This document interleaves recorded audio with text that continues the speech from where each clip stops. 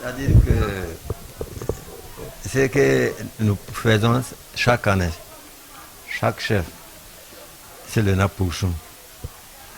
Napochon, ça veut dire que les salutations du chef ou du roi. Alors, pourquoi le Napochon? Et nous avons pensé qu'il était nécessaire, très utile, qu'on rencontre la population à chaque fin d'année et que nous puissions leur parler un peu des résultats de notre gestion de l'année. Et à eux aussi, quand ils viennent pour nous saluer, pour saluer le chef, alors ils viennent avec des épidémies. Les femmes viennent avec du mil, donc surtout les hommes qui viennent avec du mil. Les femmes viennent avec de la tomate, elles viennent avec bon, tout ce qui concerne ce que les femmes peuvent utiliser alors pour faire plaisir au chef. Et donc, quand nous finissons de les saluer, alors les chefs aussi du roi, les ministres du roi, eux aussi, ils viennent assister à notre rapprochement, c'est-à-dire tour à tour, chacun doit aller assister l'autre, l'aider à organiser sa fête afin que alors ça soit positif. Alors, ce qui est intéressant, c'est que dans les salutations du chef, alors il souhaite la bonne année à la population. Et il souhaite la bonne santé à la population. Et il souhaite l'entente. Il souhaite qu'il n'y ait pas de polémiques alors, entre les habitants du village. Il souhaite aussi qu'il y ait l'entraide. Surtout, il met l'accent sur la cohésion sociale.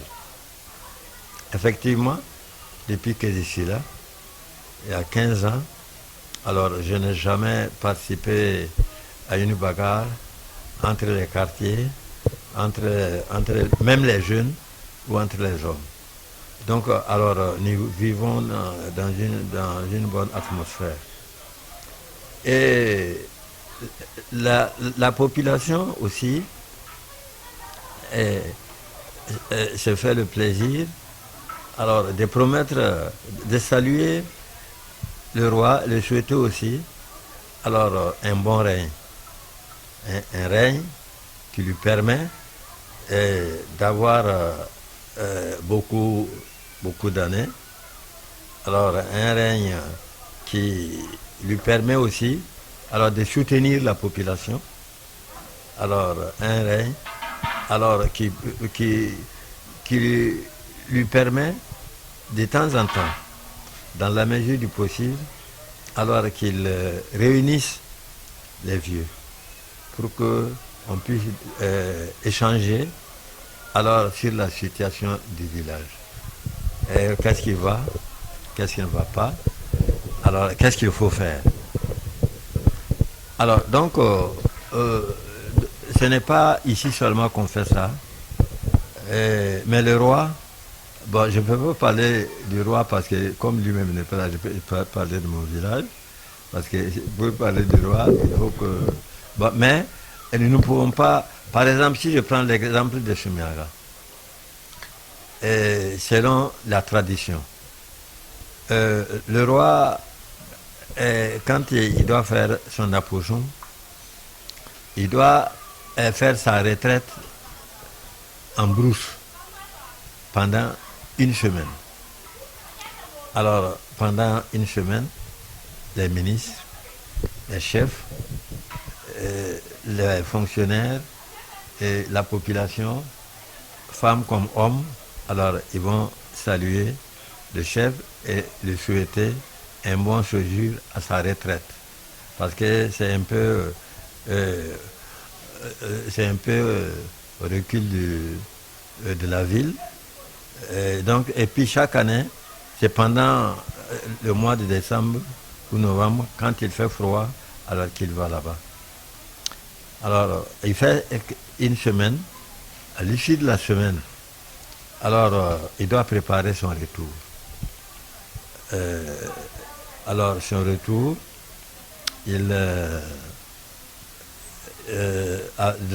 au cours de la semaine, le dernier jour de la semaine, pour qu'il puisse revenir chez lui et reprendre son trône, il faudrait que alors la lune apparaisse, qu'il ait vu la lune et qu'il ait autorisé les fusiliers, les forgerons, alors de donner des coups de fusil pour alerter la population que alors on a aperçu la lune.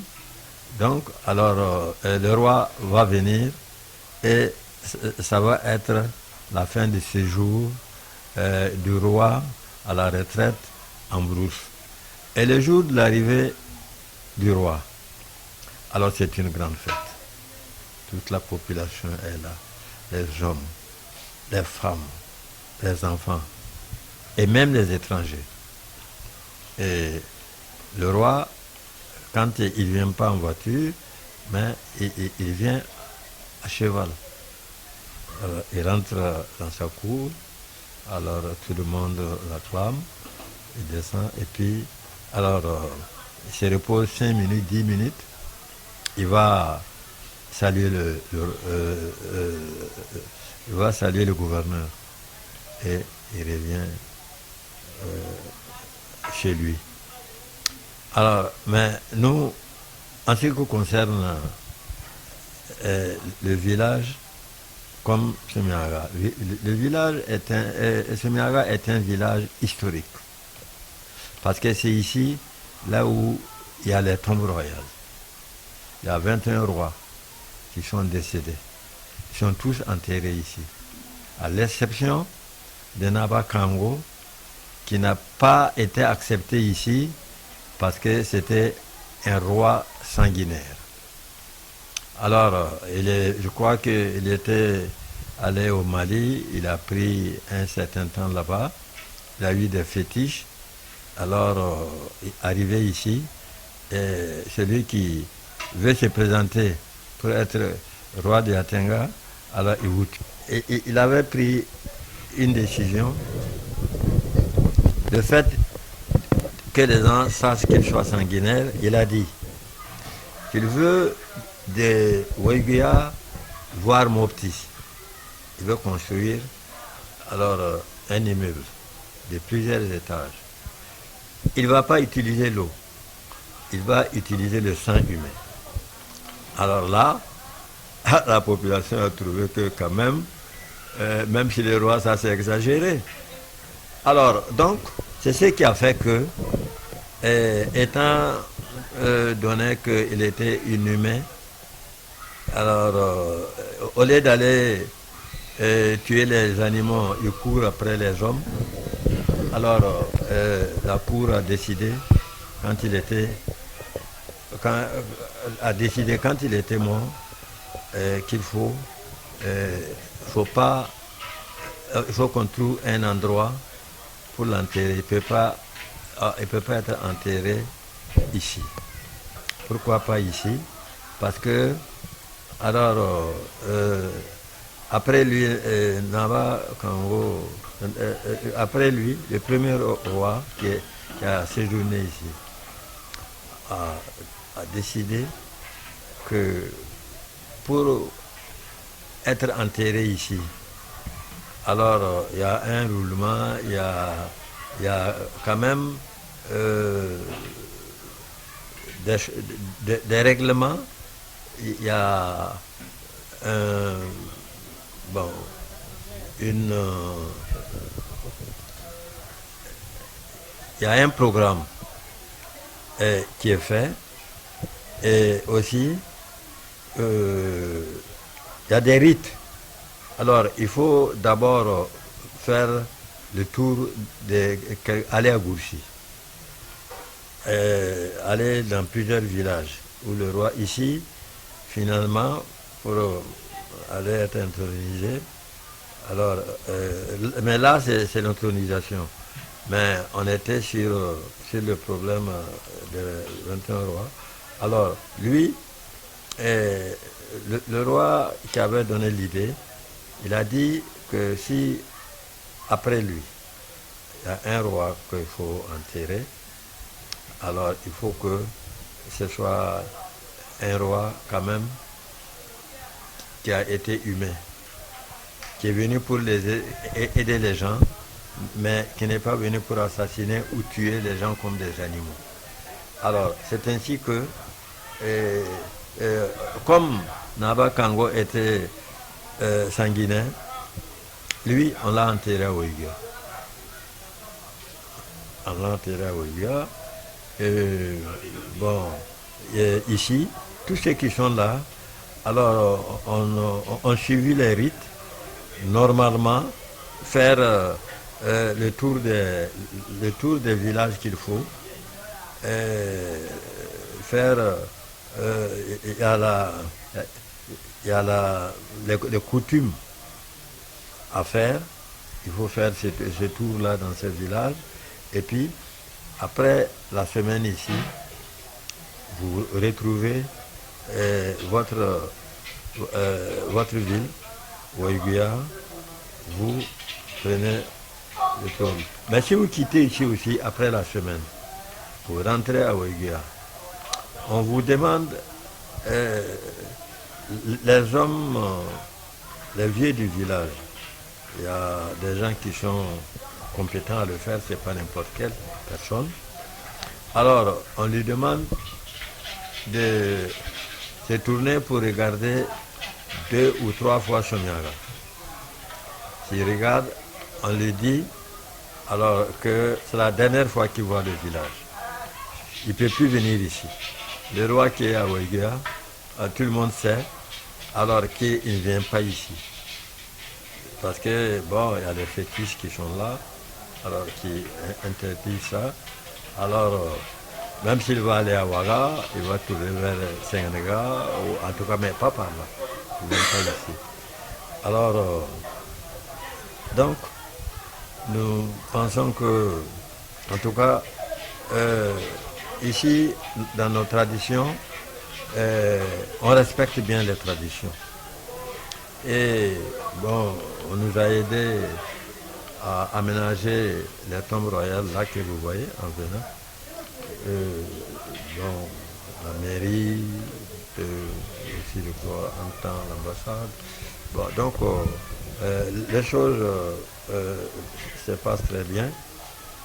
Et nous faisons tout aussi alors pour respecter les règles coutumières. Alors nous n'avons pas le droit d'oublier ça ou bien de brûler ça. Ça, on n'a pas le droit. Si on le fait, alors le roi vous sanctionne. C'est impitoyable. Donc vous devez respecter. Alors maintenant, si nous voulons parler du Karbadga. Le Karbadga, avec tous les villages qu'il y a à Tenga, nous sommes le seul village à connaître le Karbadga. Vous allez voir ça ce soir. Alors, vraiment, vous serez émerveillés. Vous n'allez pas être déçus. Alors, pourquoi le Karbadga? Le Karbadga, nous allons à Sogodin plutôt. C'est vrai, c'est Sogodin. Alors, parce que on va chaque année, parce qu'on était venu, notre chef était menacé par des envahisseurs. La population, alors de Sogodin, est venue nous aider et ils ont même tué alors le chef ravisseur. Et puis les autres ont disparu. Donc par reconnaissance, chaque année, nous allons là-bas et la population nous reçoit et nous avons quand même quelques rites à faire avec les vieux. Alors, ils me reçoivent avec ma délégation et bon, ils nous font boire un peu de l'eau de farine et puis, bon, et puis, ils nous fait faire un tour de danse. Ça, c'est pour les remercier. Et puis, bon, nous les remercions, nous leur disons, ils savent pourquoi nous sommes venus. C'est parce que, alors, ils nous ont rendu service, ils ont sauvé nos vies, et puis, ils ont sauvé le village parce que ces bandits-là n'ont pas pu piller le village. Alors, c'est par reconnaissance donc, chaque année, on prend un jour alors pour aller à Chongardin, alors saluer le vieux, le plus âgé de Chongardin, saluer la population avant de revenir. Donc, sous peu, on va aller à Chongardin justement. Voilà pourquoi il y a Karbarga. Et les gens vont danser. Vous allez voir une danse que vous n'avez jamais vue ailleurs. J'ai dit que nous sommes le seul village à connaître ce que c'est le Karwarga et à savoir bien l'exécuter. Et vous verrez que la population sera nombreuse, plus nombreuse au Karwarga, alors que à la rencontre que nous faisons ici, alors les jours de ma fête coutumière. Karwarga, je pense que c'est pour dire que aller faire la salutation, Karwarga allait saluer les gens par reconnaissance. C'est comme ça, moi, j'ai compris la chose, Karwarga. Et ça, on ne peut pas ne pas faire ça. Quoi qu'il en soit, on doit être là-bas.